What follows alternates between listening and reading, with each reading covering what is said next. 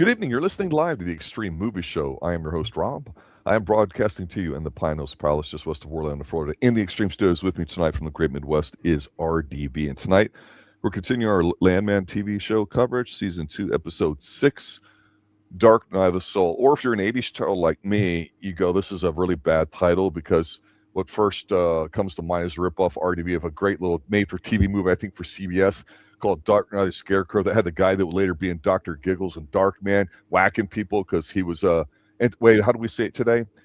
Intellectually challenged, and somehow he survived, and the three people that lynched him down here in the South, they got what's coming to him, if you know what I'm saying. But what does that have to do with tonight's episode? I'm glad you're letting me free verse here for a moment, RD, because I can pull it all together, stream of conscious, James Joyce style, and that is this. Nothing happens in this episode. This is the calm before the proverbial storm, before the end of season 2. And I got to tell you, there's some nice scenes in here, RDV, but overall, this is limp. This is just a nothing burger to me. Now, I don't mean that it's bad. It's done very well, but after about 45 minutes, 50 minutes, whatever the episode length is, I said, okay, what the fuck really happened? And the answer is really nothing. What's your take on this episode? Well, you say it's a nothing burger, but nothing really happens in this one, but it's still rated better than the Tulsa King nothing but burgers. So I enjoyed this episode. There were a few things that rolled my eyes. I mean, the whole Cooper storyline with Ariana is just kind of annoying the heck out of me now. Mm-hmm. You can tell that they're really just making him believe he's very naive and all that stuff. So if they ever have him actually take over as the new Landman, he's gonna get fired. He's not gonna cut it. He doesn't have the attitude like his dad does. So I'm waiting for the shoe to drop because right now it's just he's very whipped. I want to say quickly. He just got home from driving out to Ariana's father to see him. And his father says, you didn't need to do that, but so he got home, he's tired. Yeah, she tricked him in that. So now, always a nice a green flag you're looking for in your significant other for life, allegedly. He comes back, and he visits her. She's getting ready to go to work, and she's like, "You take the baby over to my grandma's, over which basically was her mother-in-law from her late husband." Across the street, yeah. Because she had basically talked to her first, and she says it's like, what's the story with this boy? It's like, well, and she's like, do you love him? It's like, well, yeah, because he's not my type. Skinny white boys are not my type, but there's something about him. My head says no, but my heart says yes. Yeah. And she said, listen to your heart, Oh, a little moment, A bunch of bullshit. Yeah. Hey, it's cliche, but anyway though.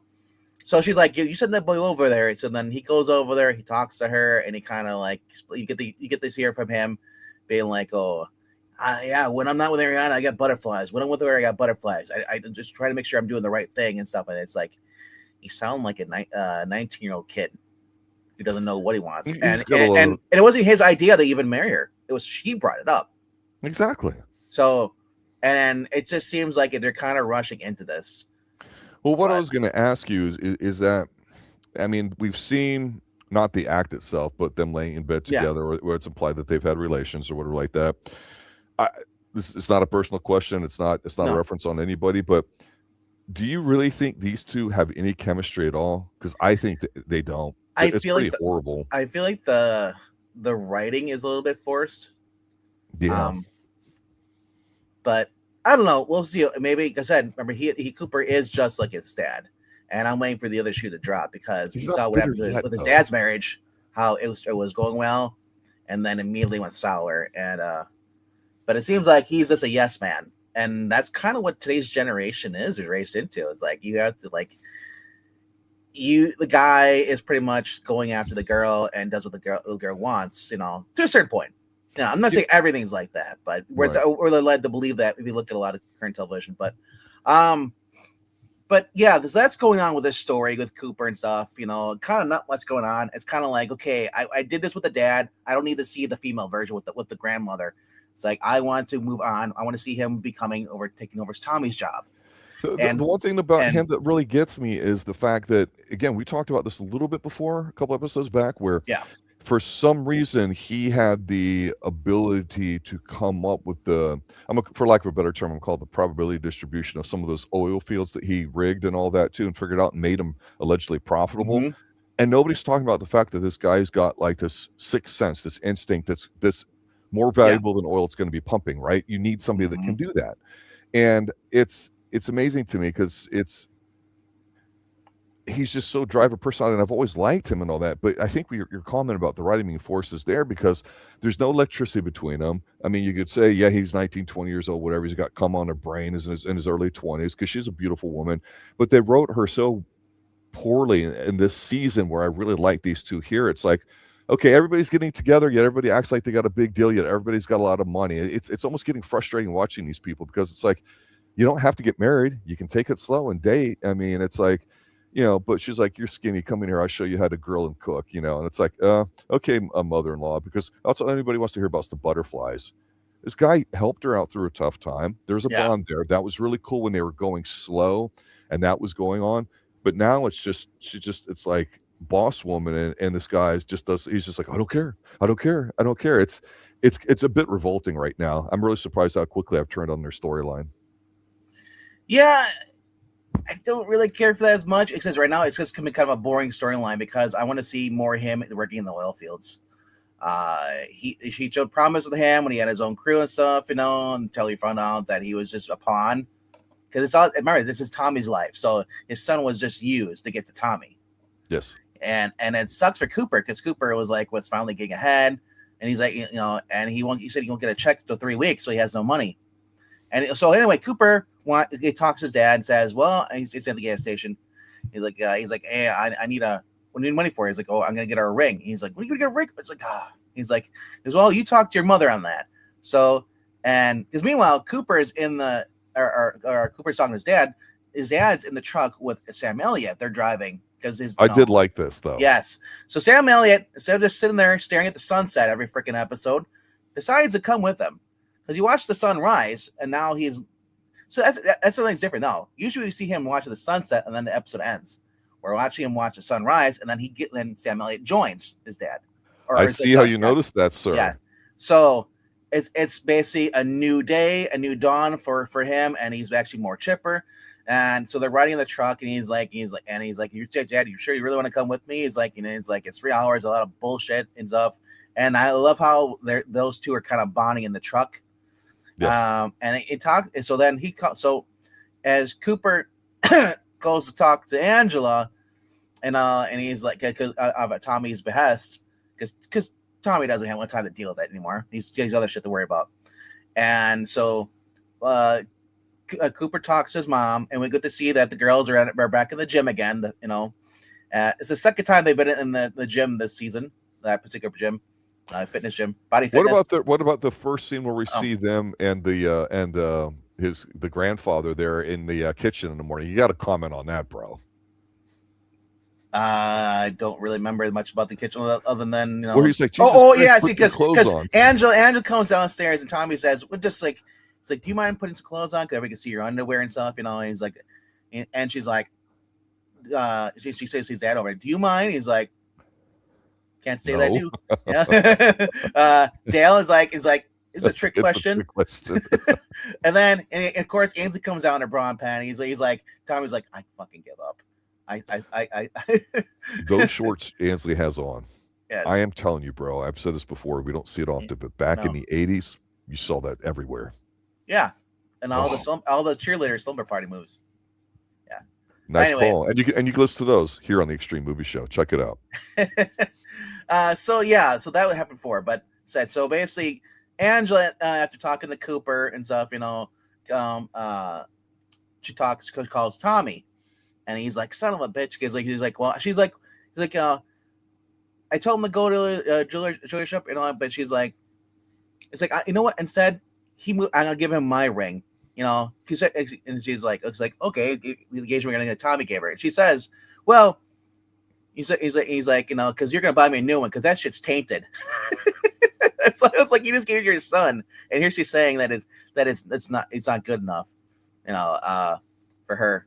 second time around. So I thought it was kind of hilarious. But But so those two though, they're so good because they're not even on screen together, and it's like, what do you need a jet for? There's no there's diamonds in Dallas. yeah. She's like, I'm taking her shopping. She's like, and I'm like, yes, oh my god, here we go. Yeah, so she goes, and so they went shopping at the mall there, and Neiman well, Marcus. this is going on, and out in Texas they have I forget what is it? Do you remember the name of that town they were in? Midland. Was it for the Space Mobile guys? Check it out. They're from Midland, Texas. Yeah, well, it's a big thing. It's a big important. It's at the You're talking Oilfield Convention, Fort Worth. Yeah, they're in Fort Worth, and there's a special town they were in. Let me look it up real quick. They went to Actor County Coliseum. That's what they went to. Yeah, this is a very well. I knew there was something historic about it because Yeah. I heard about the Bulls or and all that being down, and then he makes the comment. He goes, They "Well, they don't used- do that anymore, Yeah. Dad. Now it's for the tourists, right?" But that was nice to see it. I think they could have explained it a bit more because the whole scenes of like the crew people and them at the convention was just very awkward. I thought. So Mustafa speaks. He's been the lead man. He's the crew. He just had an accident at the last couple episodes. At the natural gas leak, and then he also was running the crew that Cooper was attached to, or at least he was adjacent, looking over at Cooper when Cooper was working on the raft. Yep. And so it's nice to get those guys a few more moments because I thought after they axed the natural gas thing, we weren't going to see them anymore, really. Just like Dale pops in here and there now and there only because he lives there. But so anyway, yeah, those guys, and this is funny because if you ever been to the NHRA, National Hot Rod Association, the drag race, so and there's always the booth babes.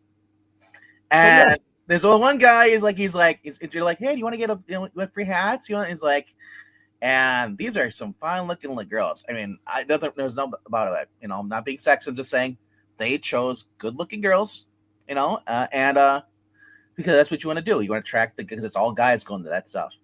Anyway, because he said at this old convention, it's pretty much basically like if you plan plans for dinner, wait till you eat at home because it's gonna be so crowded. Everybody's flying in for this convention.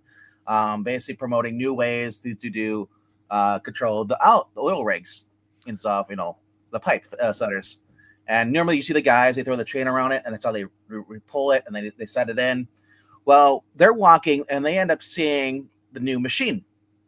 It's a new automatic machine, and Dale originally first was approached the guy. He's like, yeah, it's the future. He's like, but what about the people? And he's like, it's just basically that's the thing is that is actually happening right now. They are using machines like that because it's how dangerous they have for people, and it's how hard it is to get people trained and not get injured, and then if you're being overworked. So it's purely a return on interest consideration here. Yes. In my regular adult life, I do some private work for some major companies. One of them actually does a lot of robotics building sorts of things and all that. I don't say too much. And I've worked for some defense contractors. And what I can tell you is that being here in Central Florida, Orlando, I mean, it's like Vegas in terms of like conventions and everything coming down here. We have everything, MegaCon, Comic-Con, everything comes down here. The booth babe things you hit on all that too. So I've been to many of these and seen them a lot of different ways. It's always interesting because if you're there and you're a company and you have a booth, you already know that what you're putting out there are other companies doing it too, and there's no turning back. When you see it at a convention, it's there. There's government money involved. There's something going on. So I just thought the writing was there because they wanted to basically show that, hey, this Landman thing we're trying to romanticize here in the TV show. But the reality of it is they're going to go to a part that's going to be less thing. And the one guy does do a great example. We get this occasion on the show where he says, hey, just remember, if you got 1 or 2 crew members instead of 5 or 6, you're cutting down on that. You're cutting down on liability, cutting down on insurance. Oh, so you're cutting down on less amount of housing you have to have for them. The guy's like, yeah, I know. And I'm like, okay, that's cool. But that's not really a theme yet that could happen. No.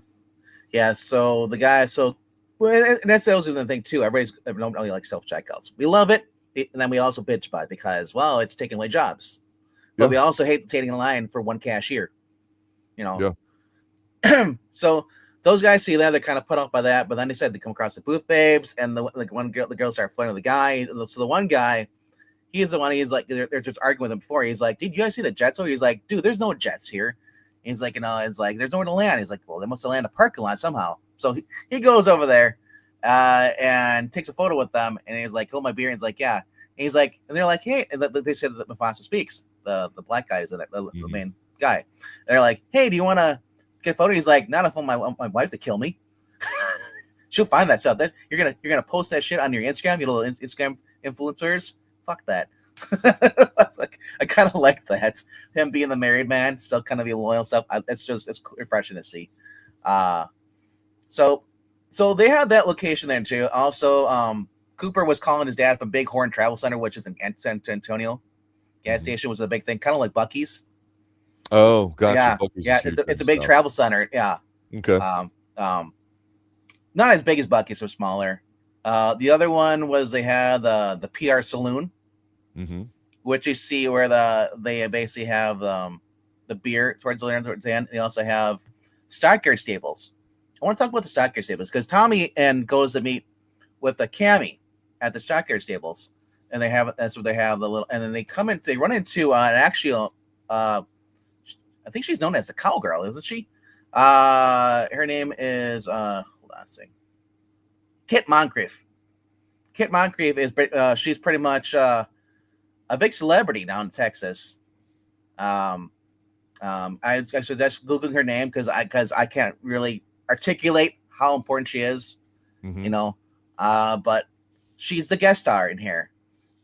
So while Tommy goes, he's his dad up there because they're watching basically the rodeo. Pretty much they're throwing around and trying to rope the cattle and stuff, and he leaves his dad up there, and so Tommy Jr. goes to talk to Cami, and we see Gallino, who are already kind of schmoozing with each other while they're kind of like sitting next to each other, hanging out, laughing and stuff.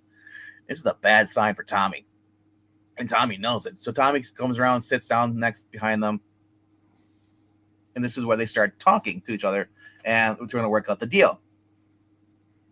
And I love this because this is really there's a huge wedge right now between Cami and Tommy.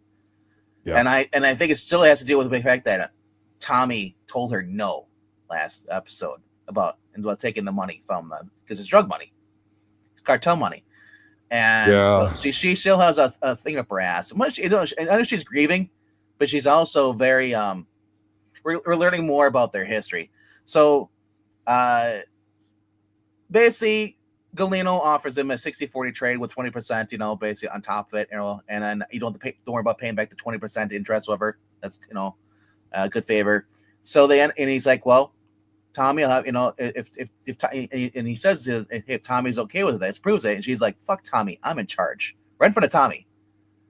And so right then and there, I'm like, ooh, Cami is starting to become one of my least favorite characters now because she's becoming a thorn in Tommy's side. And later on, they basically the two of them invite Tommy and his family and his wife and all to go out to a bar and have dinner with them. The wives come out and stuff. So what she does later on, but Tommy has to leave because his dad sees somebody who's picking up garbage working for the county. Basically, someone who used to work for him. Someone who used to work with him, back in the day. And it seems like they might have been in a gang or something. I don't know. But he was a member of his crew, and he goes, "Hey, you still got your hot wife?" Yeah. Like, no, if you die, we don't need to talk that much anymore. Yeah. The implication there is that he fucked her. Yeah. He might have been. I think he's the one who gave her drugs. Possibly. And yes. That's the whole thing, too. Is I'm thinking, you weren't around. You got a small crew. Here's, and this first thing the guy asks, basically. So Tommy, because a fight breaks out, and Tommy sees his dad, Sam Elliott, just punched a guy and knocked it down, and then the cops show up, and he's like, oh, fuck, I gotta go. And so they leave, and they have him and Sam Elliott. There's a nice scene of him where they're walking out the stable, and all you see is their black silhouettes. Yes. And a light behind them. And I love it. I want to read stuff like that. It's very artistic, and it's very adds the emotion to the scene. They kind of have a conversation. He's like, "What the fuck are you doing there, Dad?" It's like, it's like if they call mom a whore or a drug dealer or druggie or whatever. It's like it don't fucking matter because it's all true, And they kind of have a conversation. He's like, "Well, what you don't realize, Tommy, is like, I knew her before that, and I was hanging on for a glimmer of hope. You know, Yeah, this is a good scene. I think the scene before it with Andy Garcia kind of because it kind of runs together. Because Andy It's Garcia not. says the horse is in Spanish. It's called the English translation is called Dark Night of the Soul. It was Yeah, his horse. yeah. So It's and what does he say? It means many things to many people. yeah. For But me, it means. And here's the thing: yeah, Tommy's got to realize he's completely fucked. He needs to take a step back and let her fuck up and need him. Because what we Mhm. find out later while they're talking or whatever, when Grandpa goes to dance with all the ladies and all that too, and she goes up, it's just the boys themselves Well, talking or I don't want to whatever. rush. I don't want to rush to that right away. We'll save the That's ending. fine, but I'll Yeah. simply say that we discover at that point one Well, reason potentially why. And I yeah. don't like this because if Andy Garcia is supposed to be this big bad guy, he's just too good at it right now, and he seems too smooth. And Yes. it's like it's And- really. Here's the thing. I don't think he's going to be the big bad guy. I think if we think he is, I still think there's going to be something else that's going on right now. And Yeah, it's like hanging on the Antonio Banderas tells you to go do something. You're going to go do it. It's Antonio Banderas or El Pacino, Hey, go fucking punch that guy. Yeah, it's like, fuck yeah. But anyway, so they have a heart-to-heart, and he kind of realizes more about what his dad went through and stuff, and he's trying to make up with it because his dad still has. He says, "Well, she shattered me, but and she damaged her own soul." He's like, Dad, I think you might have also shattered your soul as well, in the process. Well, so they have a more of a heart-to-heart realization. So they're Yeah. close together now. So then they have to leave. And then they end up going to and we get cut back to Rebecca and her booty call Charlie, who she met on the flight on episode 2, the funeral episode. Worst mullet of all time. So, and like I said, I knew this guy was going to come back. Yep, you're right. You called it. I just don't know how or what, but it turns out he's a geologist who works they work for the same company, and she had to go see because she originally talked to Nathan. And how they need to get somebody who actually knows how to drill and stuff, like because they only have a year, not even a year to get that offshore oil rig. So they need to know, and they can't dig because the hurricane whatever destroyed it, that well thing. So they have to drill another one. And then they said, well, let's get somebody who actually fucking knows what to talk about, geologist. So do you have one? She goes up, she knocks on the door. It's Charlie, the British guy that she banged the other episode. And they kind of start flirting back and forth, and then they kind of make out a little bit in this episode. She's not flirting. No. Well, she gets to do it. But she's not flirting. She was at the end. Well, anyway, so yeah, those two are kind of like thing, and it's weird because Rebecca, I think this is her version of her spiraling out. Absolutely, 100%. She is 100% of her day, she basically commits to basically her job. She's only 29 years old, and she just wants to be efficient. Nothing in her way. She's a career path woman. Has no time for family or dating and that stuff. So this has caught her off guard, and I'm still waiting for the shoot drop their shoot because if he's just a geologist, that's kind of lame. I want him to be something more. I want him to be something not like the Gallino, but maybe he's a Fed or something like that, undercover. What's really obvious about them, just like we already talked about the young couple's relationship status, as well as the parents, and then of course the grandfather and the mom and dad, they're all basically the same relationship, right? There's just what phases of their life are they in. You just go by the age group, you can see it, right? Yes. So I think with Rebecca, this guy completely knows exactly how she is, just like Tommy knows, and just everybody else knows how their woman is, and they just know. And so that's a little too obvious, a little too convenient. It's not very challenging. And for her being 100% all business, and even before, what they do is right before she gets hooked up with the geologist here, no pun intended, is when she's talking with Nathan, the accountant or whatever, they're basically going over the schedule that you're talking about to remind us, hey, this is a big deal. We got this going in. That's because the financing deal is what I was talking about. But he's like, well, he said, he makes the comment, this is what I don't like about him at all, because I don't know if he's trying to be funny or what his character is, because he's coming off as a punk. He's like, well, if you're going to at least treat me like your secretary, you can at least be nice about it. She goes, well, I'd really appreciate it if you could do that, please, and blah, blah, blah. And then she comes off I think Nathan's at his breaking point. That's why he's getting that point. He takes his shit from Angela. Exactly. And, in a way, they're right because he's a bit of a wuss. So she's like, well, I'll call you Nate. I'll call you Nathan. I'll call you whatever. What's your Neil? I'll call you whatever, Neil, except for your real name until you act like a real man. Because that's all they want is they want a real man. That's all these women are wanting. Now, Rebecca doesn't really say anything about it, but he's like, yeah, and all that. And she's giving him all this. She's like, she says, there's no way to run a business. He's like, you're fucking 29 years old. After she leaves, what do you know about running a business? You're in violation of your HR contract. And he goes, well, actually, that would only be I am HR, and you are HR. So therefore, as a result, you're the one to defile. And so he owns her and everything too. I'm like, yeah, this is even less romantic than when we saw them before on the plane and screw around. At least you can say it's a one. Yeah, it just seems like a less fling. romantic than the young couple trying to get married with the widow.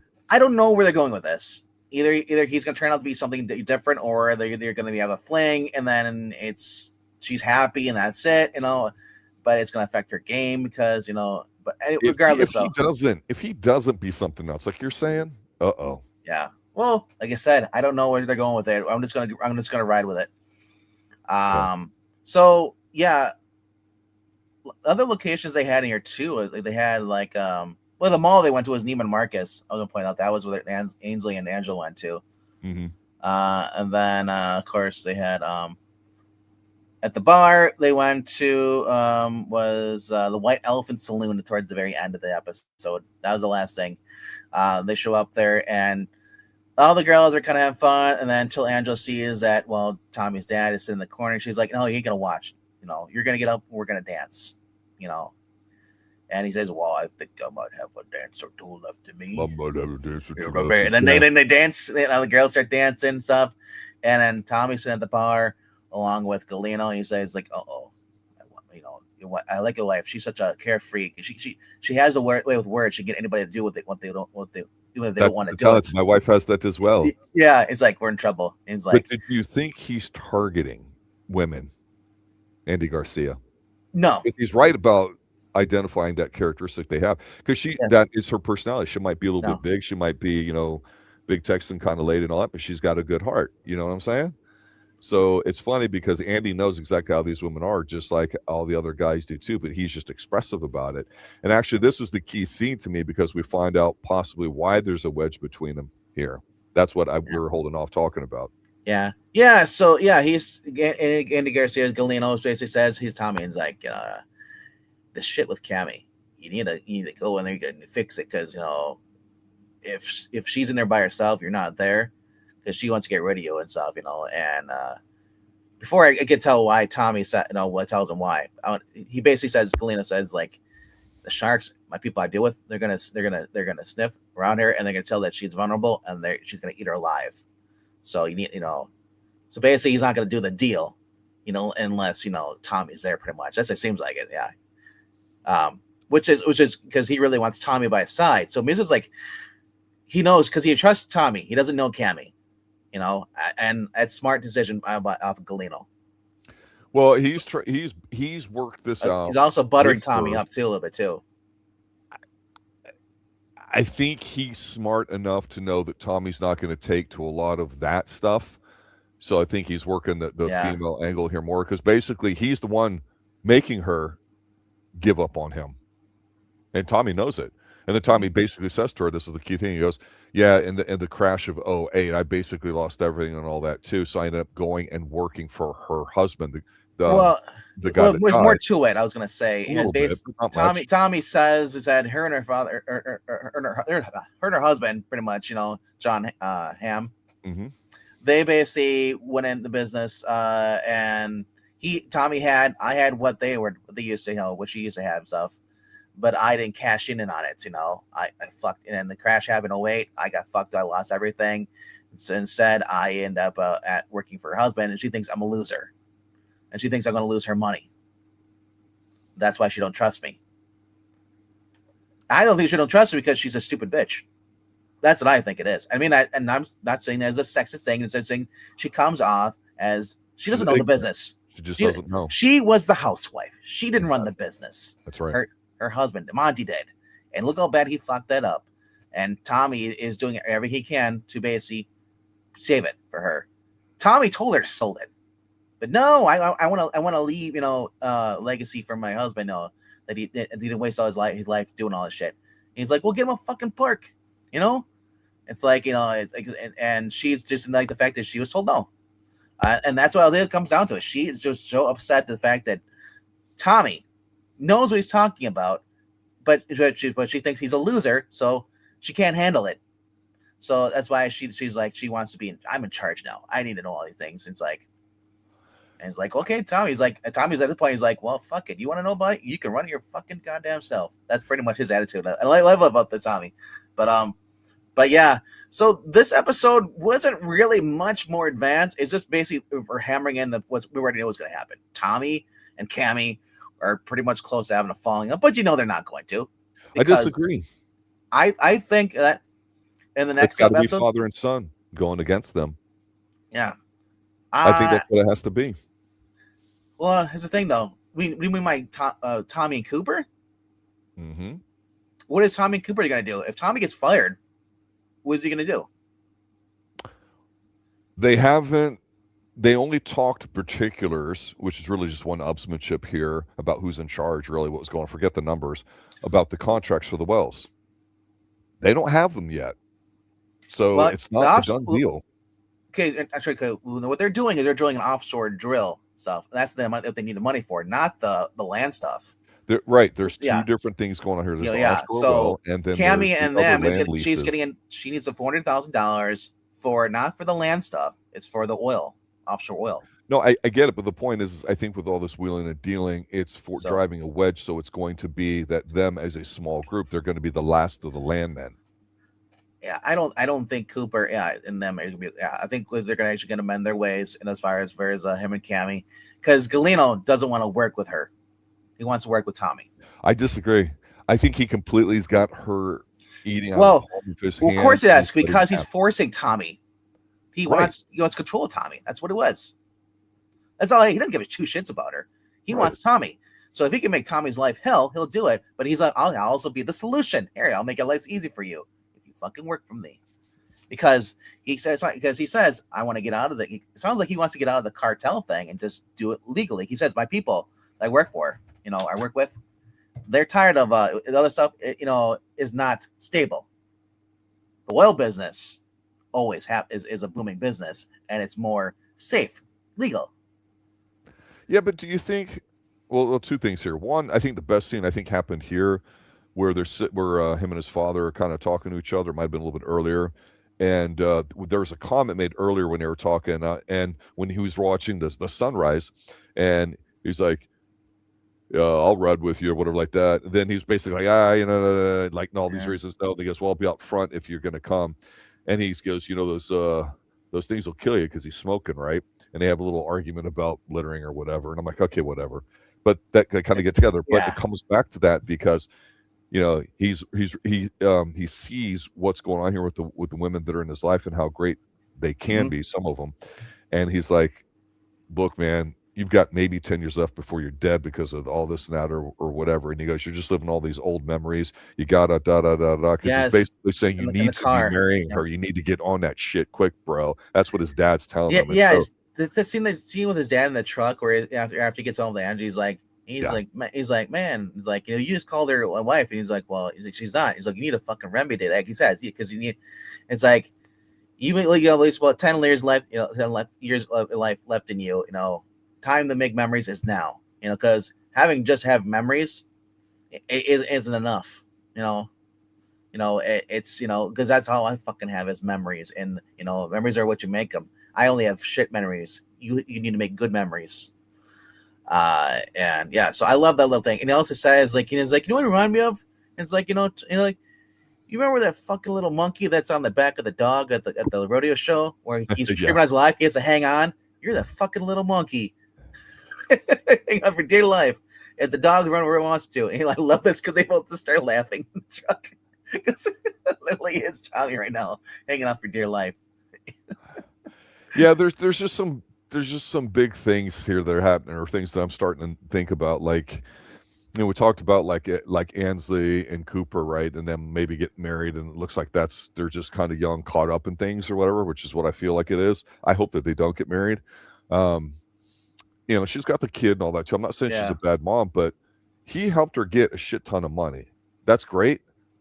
Yeah. But I know it was mentioned that she went to work I think it's called the Patch, right? The Where Patch Cafe. She works on, but it's like, and she's Behind the doing it bar. because she wants. It's like, you're a single mom, you're young, you're not married, you're widowed. Allegedly, you bring up later on that you're Catholic, so all this stuff's important to you, and yet you're not raising your own kid. You're does going to it. working your shifts, and it's just you She don't need the only money. works because she has the grandmother across the street there on the watch. But you're raising your kid at such a young point, and you've got enough money. House is paid off. You've got all the settlement money. Settlement money, she said, because she was asked about it once again, because like, why aren't you with settlement money? He's like, well, for Miguel. And she's like, oh, for use it yourself. He's like, no, it's for my son, Miguel, or whatever his name is. It's like, I ain't touching that money. It's like his dad died, at least give him that. He's like, and she's like, it's like, it's really stupid and really doesn't make sense. Yeah. If you're that hardcore, there are also people who don't like. You're not going to be working late night shifts. I'm going to tell you right now, with your babies. There are people that I know do not like handouts. My brother-in-law's it's not a father. handout. No, he did not like. He did not like getting hit. He didn't like anybody paying for him whatsoever. He always paid. It was the thing. Nah, not really. She earned this money. Not really. Her husband died. That's how she got the money. She didn't earn it all. She did because she married somebody that was in a high risk opportunity. Oh, come on. What that was. That's exactly. It's like saying like a woman marries a gold digger marries a guy and sounds good. So she earned that money by marrying him. Because it's different. No, it's the same. At all. I disagree. Not at all. But overall though, I like it because it gives us more chance to see the Patch Cafe, because I like seeing the bartender and stuff. Whenever he's talking to Tommy and stuff, and there's more interactions for her with Tommy at the cafe. So, overall, I'd probably give it a C+ for an episode. It's not really that great. Out of 5 stars, I give it a 3. It's like it advances the plot a little bit, very little bit. The big standout scenes where basically Tommy hanging out with his dad and all day. I'll be honest. I want to see some Elliott not whining and crying and moping. I think him just being the voice. I think after this, that's it. He's going to basically not do it anymore. I think because it took him not only Angela but also Tommy, and I think it's going to be a point where TL is not going to be doing that anymore. I give him by either next episode or episode after that. He's going to be more happy, more active. I'll say for my closing thoughts, I pretty much agree with you as far as the grade and all that. We'll see what happens with some of the other things too, but like, I don't know if it started in the 80s, but definitely got really hot in the 90s. Romance novels, they've been around forever, right? And there used to be a guy that was really famous called Fabio that would be on all of like the Harlequin romance covers, right? And he had the hair and everything. Fabio. It was really, really big. and I keep thinking of this mullet guy and Charlie, the achy breaky heart guy, the guy that that's Billy Cyrus. Yes. I kept going, oh, this guy reminds me of Billy Cyrus, but not nearly as country, not nearly as hunky, because he's got guy? That accent. You talking about mullet Charlie? You're talking about Charlie. Okay, whatever. Charles, as the proper way to say it. Well, his name's Charlie because he's British. Charles and Rebecca having relations in the oil field. Charles is if you're. Did you see what beer he was drinking? Stella Artois. Stella Artois, yeah, the green, yeah. Come on, man. In Texas, come on, bro. Well, I told you, it's an import. Oh, what a wuss. Hey, Tommy drinks. I like Stella, but come on, Tommy drinks McKill Ultra. No, it's.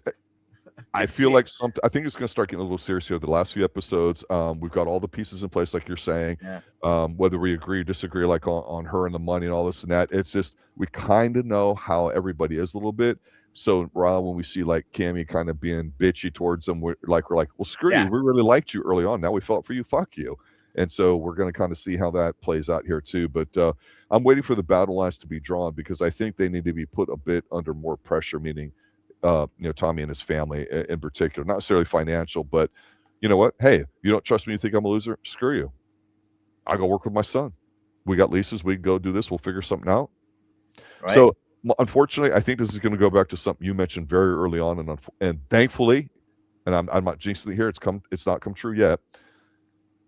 I don't want more of the cartel, and I don't really want more of FBI stuff. But we know those things are out there lingering, don't we? Yes.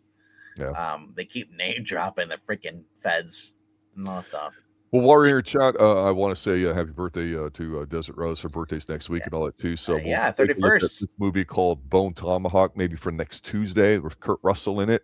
It's a small independent film a few years ago. Really, really nice. It's a Western. Very old. He's been bone. Is that the one where the people are in the cave? Yes, that's all. Okay. Don't say anymore. Don't say anymore. Okay, all right, cool. Yes, Nice. it's a really good one. Yeah, man. Yeah, because he also did the Hateful Eight too. I think is that one he did too. Correct. Quentin Tarantino. Yes, and I always think of that scene where the guy who comes in, he's like, "I ain't fucking ever going out there again. It's too fucking cold." That's really how it gets up here. I saw Kurt Russell a few years ago during a Christmas thing at the Disney park here Santa doing Claus a reading. sort of thing, yeah. And he came in, and everybody was just really, really quiet. Everybody was really, really polite, nice to him and Goldie and all that too. And it was right outside the World right there, and it was a very cold night. It was like, for us, it was like 40 degrees and windy down here in Orlando.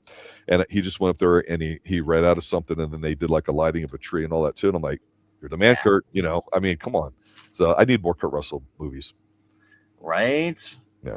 I like his. I didn't watch the second Santa Claus thing he did though, but I like the first one he did. That was pretty cool. But yeah, I want more Western stuff with him. You could say Kurt Russell was the first Landman because he did that oil tanker movie a few years back. Marky Mark and a few others.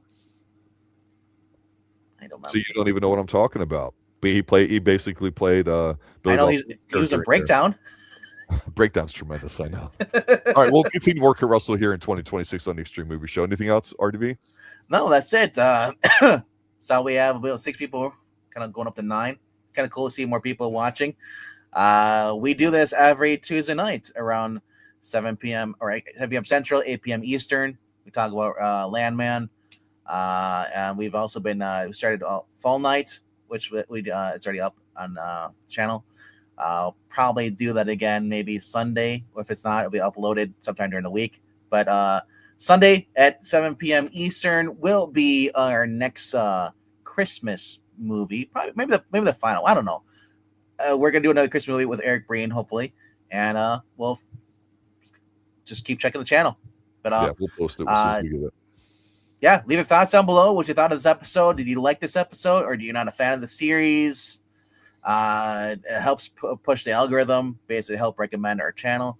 Right now, YouTube is really hammering down on the longer form formats. They're not really sharing them out as versus the shorts. For whatever reason, they would rather push the AI slop in shorts than push long form format like this. So if you can, share out the channel, share out the stream, leave comments down there and to help push nudge the algorithm. Please do that. And thank you for watching, and we'll see you guys next time. Yeah, Merry Christmas. Good night, everybody. Yes, Merry Christmas.